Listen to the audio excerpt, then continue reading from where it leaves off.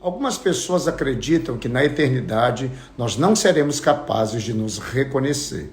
E para isso, utilizam inclusive Isaías 65:17, quando Deus, ao declarar acerca da criação do novo céu e da nova terra, diz que não haverá lembrança das coisas passadas, nem jamais memória delas. Contudo, se nós fizermos uma breve exegese do texto, nós compreenderemos que ali o Senhor não está falando que as pessoas não serão capazes de se reconhecer, mas que, na verdade, a nova criação em nada se parecerá com esta que agora habitamos e que foi deteriorada pelo pecado.